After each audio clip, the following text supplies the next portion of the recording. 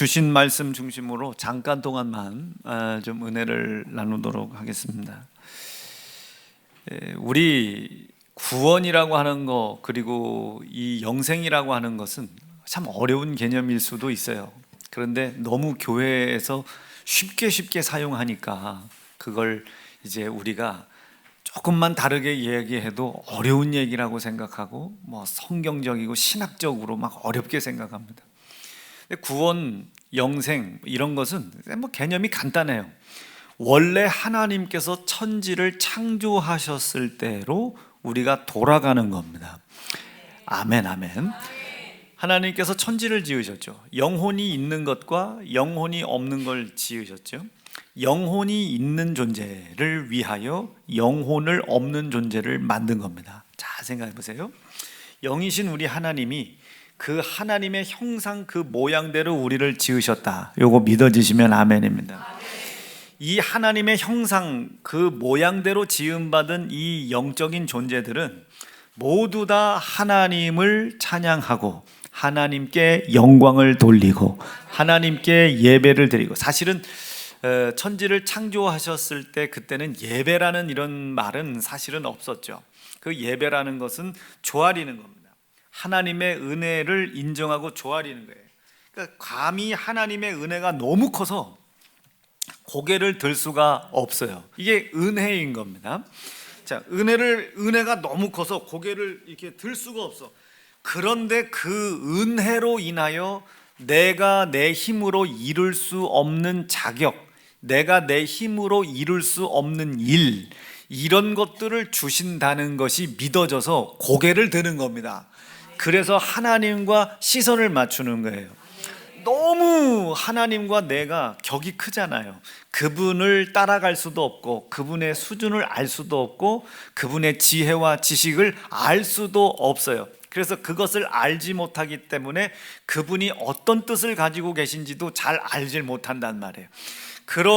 그렇기 때문에 우리가 그분의 뜻에서 벗어나고 그분의 지혜가 아닌 지혜를 따르고 그분의 지식이 아닌 지식을 따라가는 죄를 짓게 됩니다. 그 죄는 나를 영원한 사망에 이를 때까지 나를 얽어매요. 여기서 그 누구도 자유로울 수가 없습니다. 하나님이시라도 죄로 인하여 얽매인 죄인을 아무렇게나 건져낼 수가 없어요. 이건 하나님의 공의가 아닙니다. 하나님의 공의는 이 죄로 인하여 얽매이고 묶여 있어요. 얽매이고 묶인 자들을 자유롭게 해주는 것이 하나님의 공의가 아니고, 공의는, 죄는 반드시 하나님께서 정해놓으신 사망을 생명으로 바꾸는 값을 지불하여야만이 자유로울 수 있다는 것이 하나님의 공의입니다. 자, 죄를 지었습니다. 밥을 많이 먹었어요. 이거는 특이한 사람들 빼고는 살이 찌게 돼 있죠. 먹고 자고 살이 찌죠. 당연하죠. 이것이 아닌 것은 공의가 아닌 거예요. 열심히 공부를 하지 않았어요. 정말 최선을 다하여 죽을 힘을 다하지 않았는데 서울대학에 갔어요. 운이 좋아서 갔어요. 이것은 하나님의 공의가 아닙니다. 이런 거예요. 공의라는 것은 무턱대고 하나님께서 모든 혜택을 부여하시는 것이 공의가 아니에요. 하나님은 불법의 하나님이 아니시거든요. 하나님은 의로우시고 하나님은 정의로우시며, 의롭고 정의로우신 그 하나님이 공의롭기까지 하시단 말이에요. 이 하나님의 공의가 있기 때문에 이 죄라고 하는 것이 한번 우리의 인생을 얽어매면 사망까지 끌고 가는 일에 아무 문제가 없습니다. 그런데 우리 하나님에게 특이한 것이 한 가지 있죠. 이렇게 하나님의 형상, 그 모양대로 지음받은 이 영적 존재들을 하나님이 사랑하신단 말이에요. 근데 여기에서 또 다른 게 나와요. 하나님의 사랑은 변하지 않아요. 이 하나님의 사랑은 어떤 조건, 어떤 여건이 있다 할지라도 그거에 영향받지 않습니다. 그런데 하나님께서 영향받는 것은 딱 한 가지예요. 하나님의 공의입니다. 공의. 죄에 대한 값을 정당하고 온전하게 치르지 않고서는 변치 않는 이 하나님의 사랑이 열매가 될 수 없습니다. 결실이 될 수 없어요. 자, 우리가 하나님께서 이 세상에 살아가는 동안 약속하신 복이 있죠. 가정 그리고 산업, 이런 복들이 있습니다. 여기서 열매를 맺어요. 극단적인 예입니다. 극단적으로 어떤 사람이 산업을 잘 열어가다가 돈을 많이 벌었어요. 열매라고 할 수 있겠죠.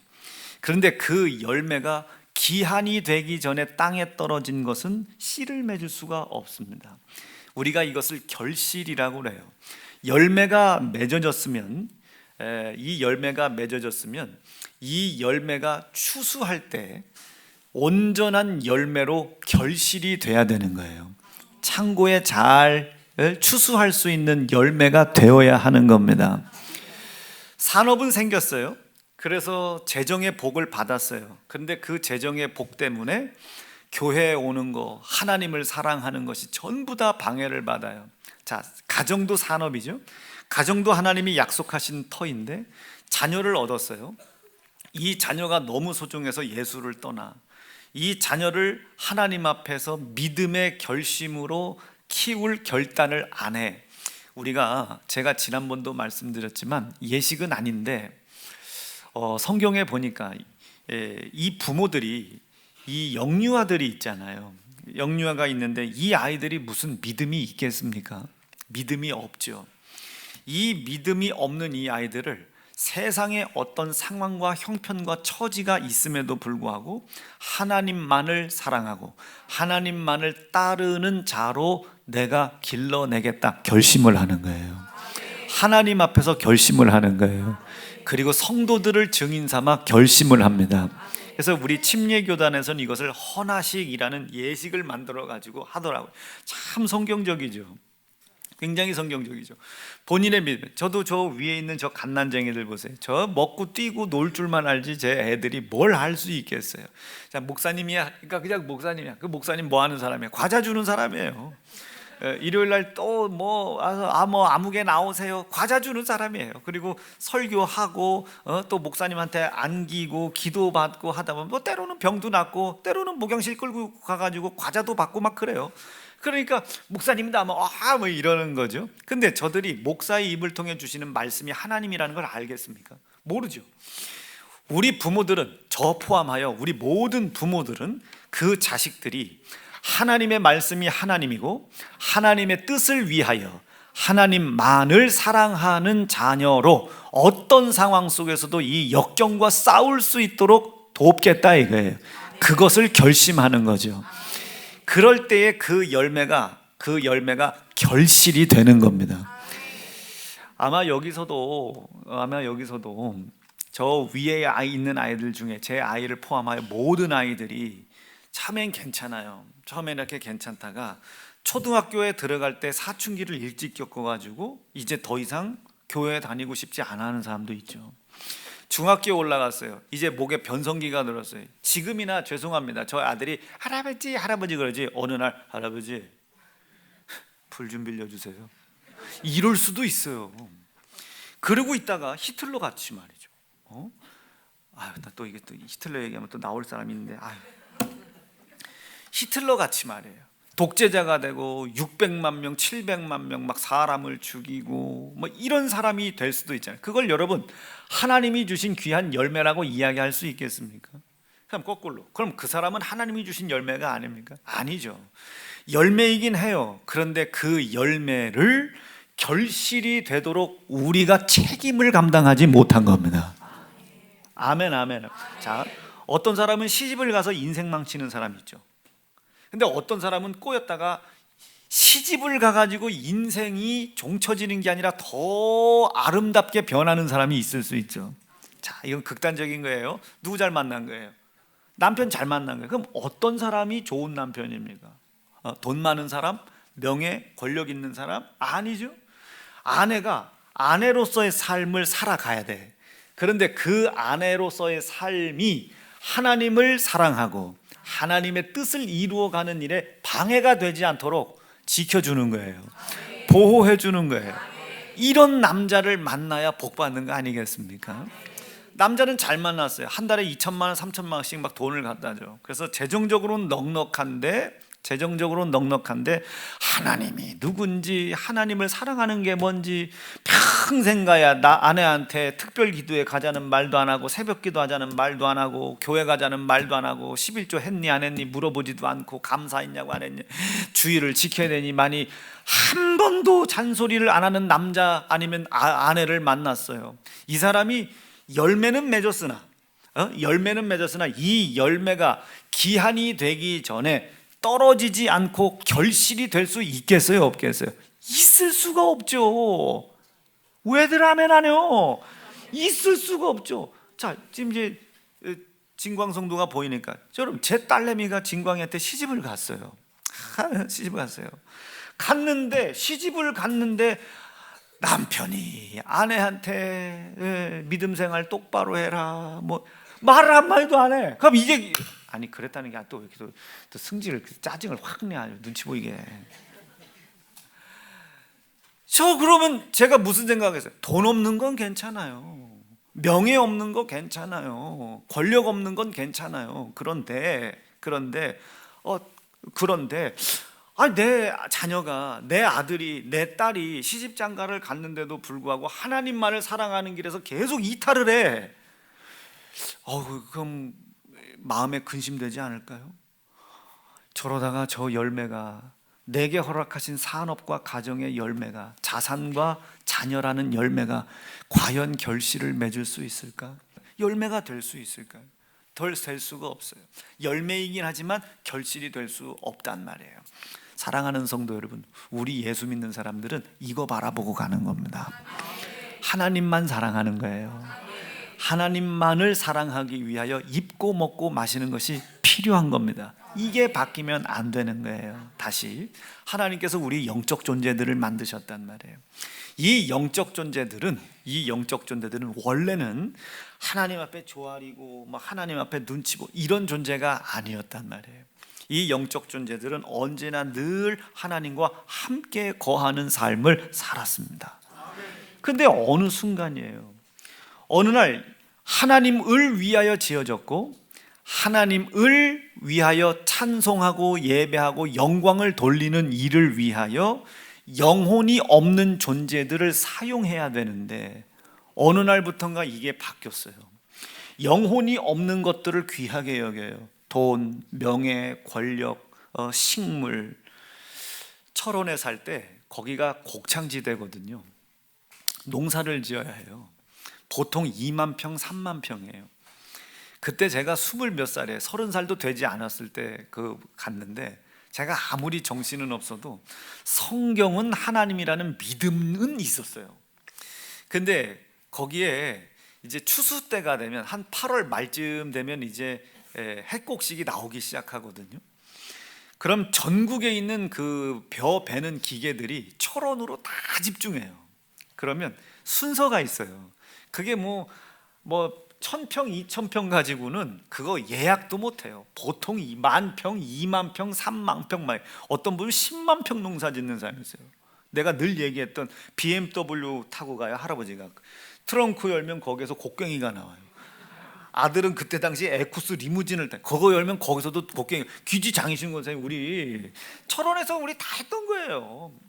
그런데 전국에서 다 올라오거든요. 그런데 하필이면 그해 태풍이 올라왔어요. 태풍이 올라왔는데 이게 얄궂죠. 토요일 날 지나간다고 했는데 태풍이 조금 힘들었는지 한숨 쉬었어. 쉬고 올라왔는데 딱 주일날 이게 낀 거예요. 그러니 우리 그때 몇 명 되지도 않는 권사님들이 전부 그 최전방에서 2만 평, 3만 평 농사를 짓는데, 오늘 아니면 그 컴바인이 그냥 지나가. 근데 오늘 못 빼면 태풍이 또 지나가. 그러니 이거 어떻게, 교회를 나와야 되겠어요? 안 나와야 되겠어요? 지금 같으면 우리 성도들이 묻지도 않는데, 그때 그 노인네 권사님들이 순진했어. 목사님 이거 가야 돼요, 말아야 돼요? 그럼 제가 가라고 했겠어요, 말라고 했겠어요? 가지 말라고 하죠. 목사님 이거 안 가면 올해 건축원금 못해. 괜찮다고 건축 그 돈으로 하는 거 아니라고, 믿으라고 하고서 강대상에서 뭐라고 기도한 줄 알아요? 나사렛 예수 이름으로 명하노니 태풍은 피해갈지어다 라고 기도가 끝나자마자 권사님들 논밭이 차기 시작하는데 거기는요 브랜드 쌀이라 이게 벼가 물에 침수가 되면 수매를 하네요. 수매를 하네. 그러니 막 난리가 났죠. 뭐 권사님들 난리 났어요. 목사님 이거 기도한 거 맞나요? 나사렛 예수 이름으로 떠났는데 못 쫓은 건가요? 막 난리가 났어요. 그래도 그때는요 딱 표정 하나 안 변하고 권사님 귀신 들린 거요? 맨날 그랬다고요. 그리고 뒤에 가서 우는 거예요. 아이고 하나님 이거 막 아이고 하나님. 그리고 막 아주 앞에서는 아주 그냥 잡아먹을 듯 설교했어요. 잡아먹을 듯. 영혼이 없는 것은 전부 다 하나님을 사랑하기 위한 도구일 뿐이라고. 권사님 영혼 있냐 없냐 물었어요. 지금 2만 평 농사 망친 게 지금 눈물이요. 그 거룩한 주의를 안 지키려고 생각했던 것이 눈물이요. 그럼 노인네들이요 조금 약간 표정은 더러운 것 같아. 더럽긴 하지만 아멘 하고 이제 상담으로 이제 집에 가서 남편한테 두드려 맞을 생각하면 이제 아니나 다를까 그날 동네가 시끄럽고 난리가 났어요. 막 교회 그만 다니라고 저 이상한 새끼 아니냐고 난리가 났어요. 제가 늘 얘기했지만 그 중에 한 명이 부인을 흠껏 두드려 패고 술이 잔뜩 취한 채로요 그 해 수매한 돈을 가지고 성전 건축하자고 왔어요. 아멘도 안 하는 거 봐. 또 돈 날아갈까 봐. 자, 제가 그때 방식은 조금 거칠었어요. 거칠었죠. 근데 중심이 뭐였냐면 영혼이 없는 존재들은 영이신 하나님을 사랑하는 일에 사용하는 겁니다. 영이신 하나님을 사랑하는 일에 사용하는 거예요. 쌀, 하나님을 사랑하기 위해 사용하는 도구인 겁니다. 돈, 하나님을 사랑하기 위해 사용하는 도구입니다. 우리 인생의 삶에 속해 있는 모든 것 하나님을 사랑하기 위하여 사용하는 도구예요. 그런데 어느 순간 이 하나님이 우리를 지으신 목적과 영생이 무엇인지, 영생은 하나님의 사랑 안에 거하는 것이고 하나님을 사랑하는 겁니다. 이것이 그 무엇보다도 소중한 거예요. 하나님께서 아담을 책망하신 이유가 있죠. 아담에게 책망하신 이유는 누구를 더 사랑하느냐예요. 지으신 하나님을 사랑하느냐 아니면 지음받은 아내를 사랑하느냐예요.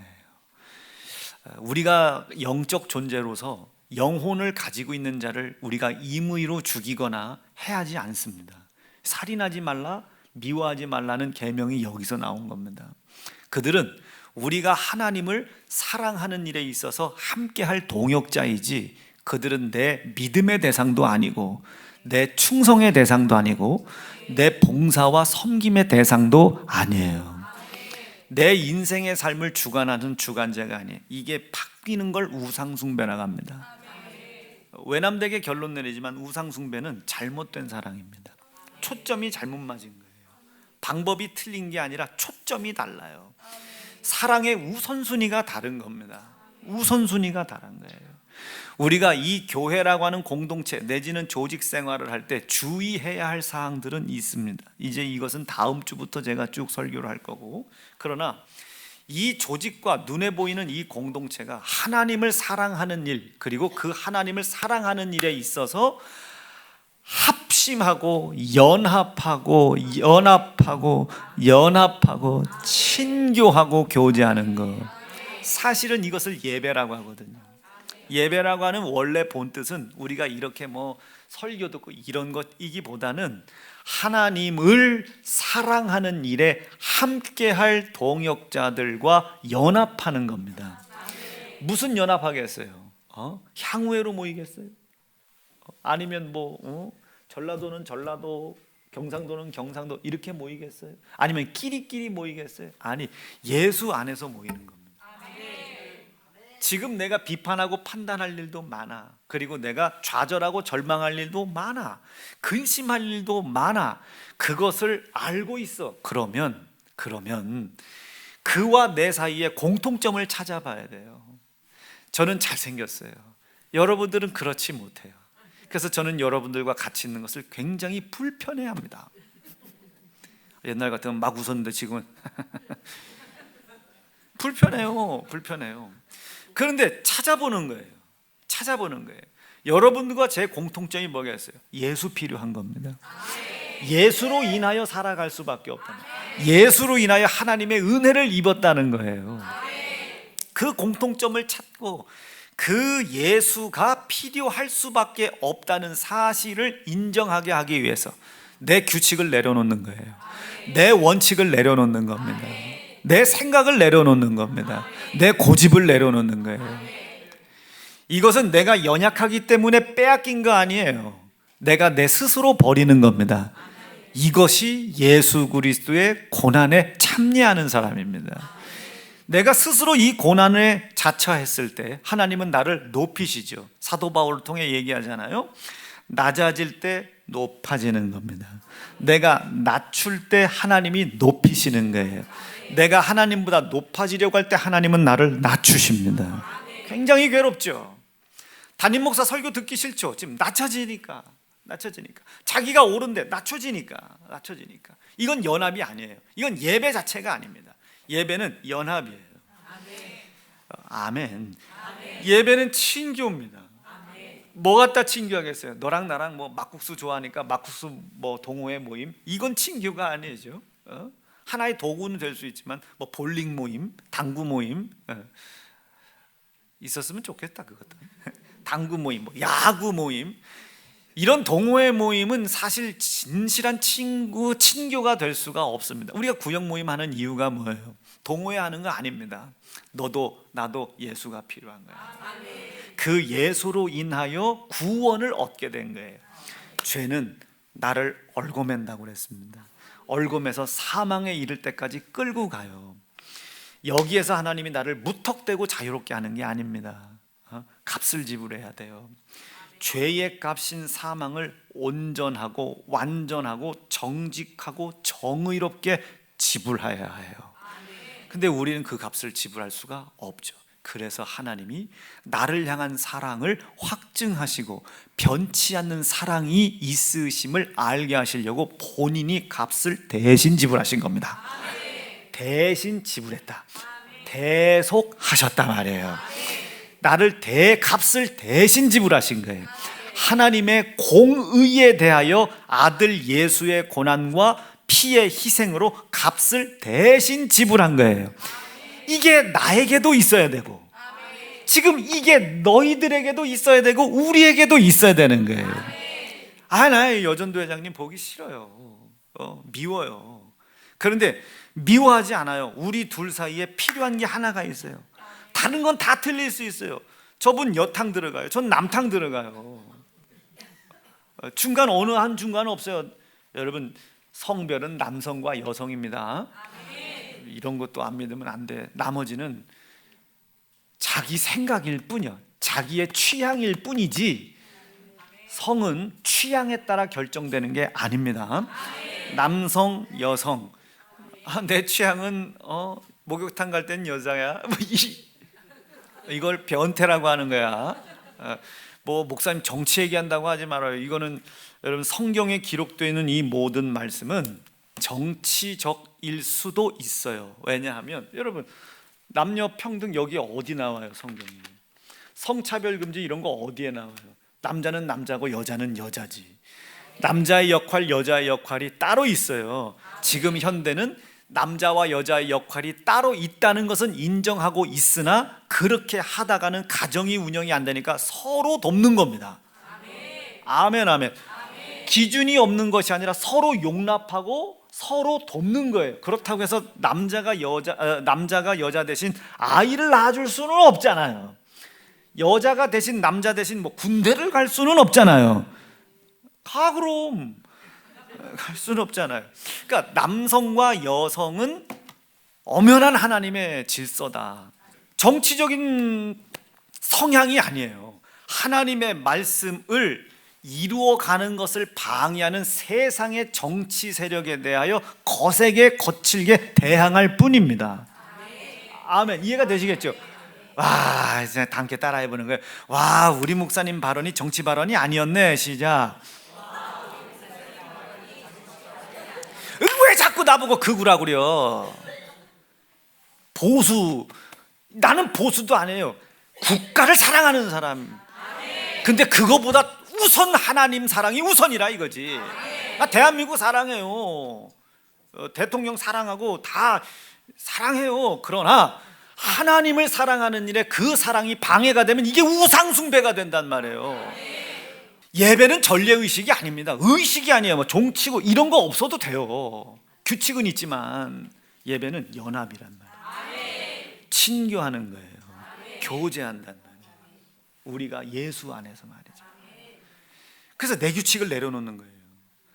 내 지혜를 내려놓는 거예요. 내 지식이 내려놓는 거예요. 얼마나 힘들겠어요. 아닌 줄 뻔히 아는데 아닌 것을 아니라고 이야기하자니 그 사람의 믿음이 그걸 받아들이지 못하면 내 규칙을 포기하는 겁니다. 그리고 나도 예수가 필요하고 너도 예수가 필요하고 여기에서 하나가 되는 거예요. 이걸 연합이라고 그래요. 고통스럽겠어요? 안 고통스럽겠어요? 고통스럽죠. 용납을 해야 되니 고통스럽죠. 그게 그리스도의 고난에 참여하는 거예요. 그리스도의 몸이 되는 겁니다. 그때의 하나님이 지난주에 있었던 부활을 일으켜 세우시는 거예요. 부활은 연합의 열매죠. 이 열매가 이루어진 사람답게 살아가는 거예요. 그리스도와 연합하고 교회와 연합하고 성도와 연합하고 이게 삶의 예배인 겁니다. 이 예배의 삶을 살아가는 거예요. 우리가 저녁 기도에 왜 와요? 연합하는 거예요. 그리스도와 나오기 힘들죠. 고난에 연합하는 거예요. 기도의 응답을 가지고 새 생명의 부활에 참여하여 가는 겁니다. 그것을 기대하고 와요. 그래서 이 교회는 소망, 유일한 소망인 겁니다. 우리 사랑하는 세연중앙 성도들이 그 목적과 그 본분을 잘 따라가실 수 있기를 바랍니다. 자, 다시 영혼이 없는 것은 영이신 하나님을 사랑하는 일에 사용되고 소모되는 쓸모일 뿐입니다. 우리의 삶의 가치가 돼서는 안 돼요. 하나님, 제가 서울대를 목표하고 있습니다. 이것이 되면 하나님께 영광을, 이게 우리의 삶의 목적과 가치 아니란 말이에요. 서울대 나오지 못해도 하나님 사랑할 수 있어요. 그런데 살펴봐야죠. 서울대를 가고는 싶은데 갈 만큼 노력을 안 하고 있는 자기, 노력을 안 하고 있는데도 가고 싶은 욕망에 묶여가고 있는지, 아니면 자기의 실력이 딱 그 수준밖에 안 되는지 빨리 자기를 감찰해 봐야죠. 자기를 빨리 살펴봐야 되겠죠. 살펴보고 아닌 것 같으면 내려놔야 돼요. 꿈을, 비전이라고 이야기하는 그 꿈을 내려놔야 돼요. 내려놔야 돼요. 안 되는 걸 하나님의 능력을 동원하여 되게 해달라고 하는 것은 이 사랑의 방식이 바뀐 거예요. 순서가 바뀐 거란 말이에요. 저는 우리 사랑하는 세연중앙 성도들은 영혼을 가지고 있는 자, 특별히 하나님께서 우리의 믿음이나 우리의 행실이나 우리의 의를 보고 조건적으로 구원을 베풀어 주신 것이 아니라, 의도 아니고 우리의 행함도 아니고 우리의 조건도 아니고 나를 사랑하시기 위하여, 그리고 그 사랑이 변치 않다는 것을 확증하고 보이시기 위하여 하나님의 공의에 대하여 인간을 사망으로 끌고 가는 죄의 값을 대신 갚으시고 우리를 향한 사랑을 확증하셨을 뿐만 아니라 우리가 알지 못해서 그렇지 그 대속의 사건으로 이미 구원을 이루어 놓으신 것을 믿으시면 아멘입니다. 이미 우리는 구원을 이루었단 말이에요. 하나님께서 이미 구원을 이루어 놓으셨단 말이에요. 이걸 믿는 겁니다. 이 믿는 믿음이 내 수고로 오겠어요? 아무리 내 수고로 믿는다 한들 이 믿음이 열매가 되겠습니까? 하나님의 공의, 이 공의에 대하여 죄의 값인 사망을 누군가 갚아야 되는데, 내가 지불을 해야 되는데, 이걸 지불해야 그 믿음이 완성될 텐데, 하나님의 사랑 안에 들어갈 수 있을 텐데, 하나님이 우리를 미워한다는 성경은 한 구절도 없어요. 이뻐 죽겠다는 거지. 내가 너로 인하여 기쁨을 이기지 못한다. 기쁨을 이기지 못한다. 기쁨을 이기지 못하는 그 이스라엘 백성들이 그때 당시 어떤 놈이었었어요? 하나님 버렸어요. 11조 떼어먹기 시작했어요. 안식일 안 지키기 시작했어요. 하나님을 버렸단 말이에요. 그런데도 불구하고 하나님은 그들을 위하여 기쁨을 이기지 못하신다고 그랬어요. 변치 않아요. 변치 않아. 우리를 미워하는 거 아니에요. 단지 우리 안에 있는 죄를 하나님이 싫어합니다. 그러니까 하나님이 얼마나 애타겠어요. 우리를 사랑하고 이뻐하고 당신의 품 안에 넣어야 되겠는데 당신이 가장 싫어하는 아들을 죽일 수밖에 없는 죄가 우리 안에 있으니 우리를 안아줄 수가 없잖아요. 품을 수가 없잖아요. 연합시킬 수가 없잖아요. 이해가 되실 수 있겠습니까?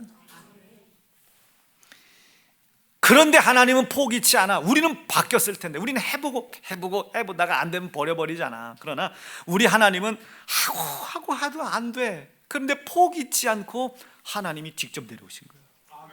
육체의 종의 형체를 가지고 내려오시어 하나님의 공의에 대하여 당신 스스로가 우리가 지불해야 할 죄의 값인 사망을 대신 갚으셨어요. 대속하신 거 믿으시면 아멘입니다.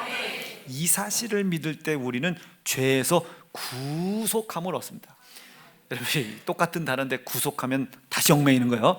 우리 구속받았네 이러지 말고 구속받은 거예요. 죄의 얽매임 속에서 구원을 받은 겁니다. 자, 왜 구원받았어요? 하나님을 사랑하는 삶을 다시 살아가라고. 오늘 구원 얻은 자로서의 산다는 뜻은 뭐겠어요? 오늘 하나님을 사랑하는 것을 방해하는 것들과 치열하게 싸워내라고요. 하나님을 사랑하기 위한 도구들을 사랑하지 말라고요. 왜 다 돈도 걸른 사람만 있나? 그 성경은 경고하잖아요. 세상에 방백들 의지하지 말라고. 나 의지하라고 말해요. 오늘 강 권사님 특송 준비 잘 하셨어요? 제가 노인부 예배가 다시 시작이 되고 노인부에서 가끔 찬양도 하시길래 혼자는 안 된다. 여러 명 같이 이렇게. 그래서 오늘 헌금송 때 강 권사님이 찬송을 하실 텐데 그게 내가 내 노래를 사랑하면 안 되고 노래로 하나님을 사랑하기 위하여 표현하는 거예요. 이게 바뀌면 안 된다. 이게 바뀌면 안 돼요. 이럴 수밖에 없는 자들을 그런 삶에서 벗어나게 하여 하나님이 원래 지으셨던 목적과 뜻과 방법대로 살아가라고 우리를 구원해 주신 거예요. 어떻게 해요? 공의의 하나님이 공의에 대하여 대속하셨단 말이에요. 우리는 공짜인 줄 알지만 값없이 받은 것일 뿐 공짜가 아닙니다. 대신 값을 지불하셨단 말이에요. 이걸 믿는 겁니다. 이 믿음을 우리 하나님이 우리에게 자격이 된 게 아니에요. 의로워서가 아니에요. 은혜의 선물로 불쌍히 여겨 선물로 주신 것. 이걸 받아들이는 겁니다. 이때 우리는 예수를 영접했다. 이제 영접한 사람은 어떻게 살아야 되겠어요? 영접한 자다운 삶을 살아야 되죠. 영접한 자다운 삶이 뭐겠습니까? 예수께서 말씀하셨어요. 내가 아버지께서 나에게 주신 계명을 다 지켰다. 너희도 나와 같이 내 계명을 지켜 행해라.